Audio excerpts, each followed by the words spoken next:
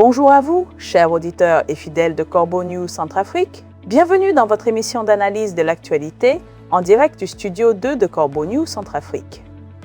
Aujourd'hui, on ne va pas faire dans la dentelle, on va tailler dans le vif avec une affaire qui secoue les fondations de notre pays.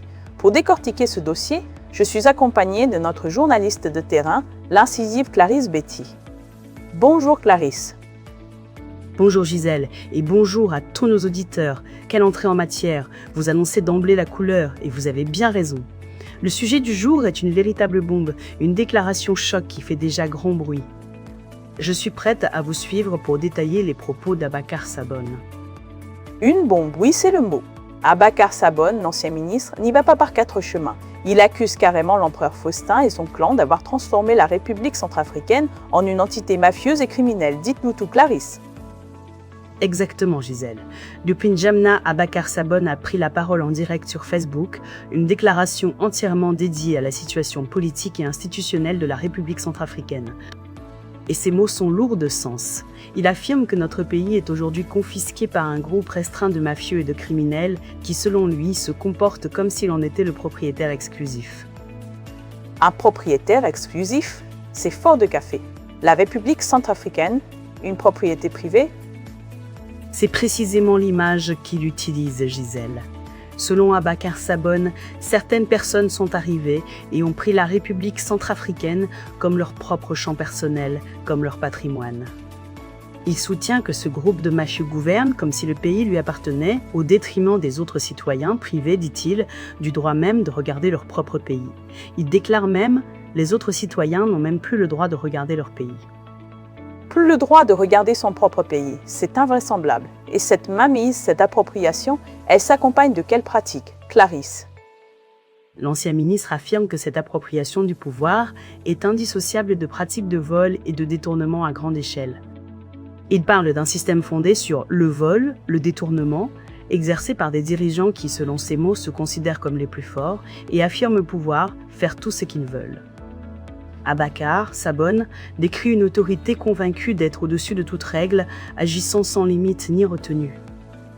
Agir sans limite ni retenue, c'est ce que nous constatons, hélas. Mais il va encore plus loin dans ses accusations, n'est-ce pas?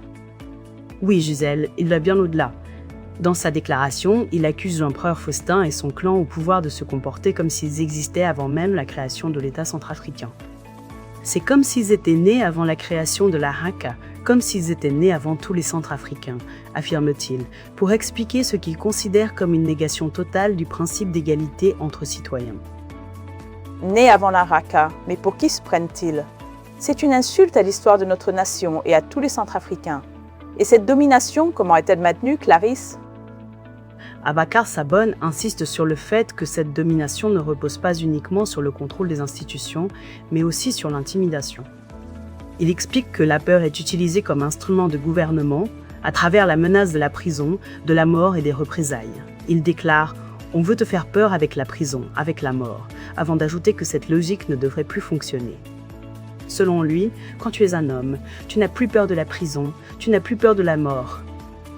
Une belle leçon de courage, car justement, il y a des Centrafricains qui ne sont pas prêts à se plier, à se soumettre, n'est-ce pas? Exactement, Gisèle. Il affirme que tous les Centrafricains ne sont pas prêts à se soumettre. Ce pays n'est pas composé que de marionnettes, que de moutons, que d'opportunistes qu'on peut acheter, soutient-il.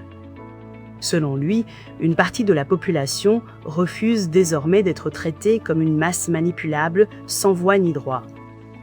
Ce qui est tout à fait légitime. Et cette arrogance, Clarisse, cette arrogance que l'on perçoit, comment Abakar Sabone la dépeint-il? Il s'en prend directement à ce qu'il décrit comme l'arrogance du pouvoir en place. Il accuse les dirigeants de Bangui de se comporter comme s'ils étaient intouchables. Ils disent qu'ils sont forts, qu'ils peuvent tout faire, affirme-t-il avant de dénoncer un système qu'il qualifie de mafieux. Il parle de clans de voleurs, de bandes criminelles et de dirigeants qu'il accuse d'agir avec la complicité de mercenaires étrangers. Des mercenaires étrangers en prime. Et dans ce chaos, Clarisse, la justice, notre justice, elle fait quoi? Elle existe encore?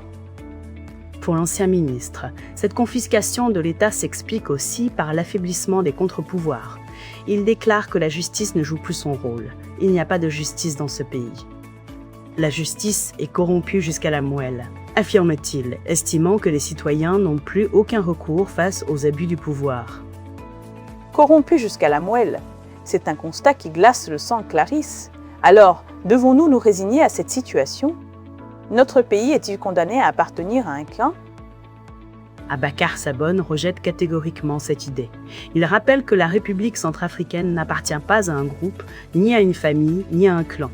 Il n'y a pas un Centrafricain supérieur à un autre, il n'y a pas un Centrafricain inférieur, insiste-t-il. Pour lui, chaque citoyen a les mêmes droits et les mêmes devoirs vis-à-vis de l'État. C'est un rappel essentiel des principes de la République. Et la fonction de chef de l'État, elle est réservée à qui, selon lui? Il affirme également que la fonction de chef de l'État n'est pas réservée à un cercle fermé. Moi aussi, je peux devenir dictateur. Joseph Mété aussi, Pasteur Mavakassi également, Sylviane Dokossi aussi, Parfaite Champagne également. Un autre Centrafricain peut devenir dictateur.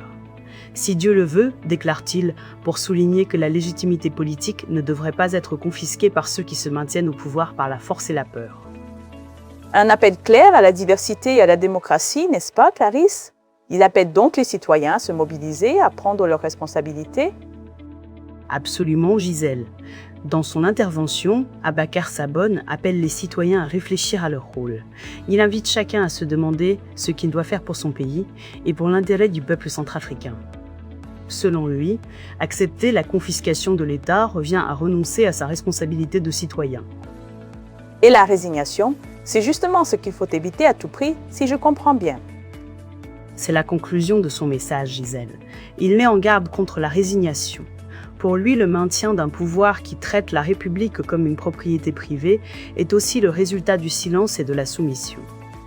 Ce pays n'est pas dans cet état par hasard, affirme-t-il, appelant les Centrafricains à ne plus accepter que leur État soit géré comme un bien personnel. Tout au long de sa déclaration, Abakar Sabon présente la situation actuelle comme une rupture profonde avec les principes républicains. À ses yeux, la République centrafricaine est aujourd'hui dirigée par un groupe qui s'est arrogé tous les droits, en excluant le peuple de la gestion de son propre pays. Un constat glaçant, Clarisse, mais qui, espérons-le, saura réveiller les consciences. Un grand merci à vous, Clarisse Betty, pour cette analyse précise des propos d'Abakar Sabon. Merci à vous, Gisèle. C'était donc Abakar Sabon qui accuse l'empereur Faustin et son clan d'avoir transformé la République centrafricaine en un clan mafieux et criminel, un article rédigé par la rédaction de Corbeau News Centrafrique et dont la publication est placée sous la responsabilité de Notre-Dame. Directeur de publication, Alain Zilo. Nous rappelons à nos auditeurs que vous pouvez nous joindre via WhatsApp ou par téléphone au présent 36 75 72 17 000 ou au présent 36 64 72 17 000. N'hésitez pas à nous faire part de vos réactions. Au revoir à toutes et à tous et à bientôt sur Corbeau News Centrafrique.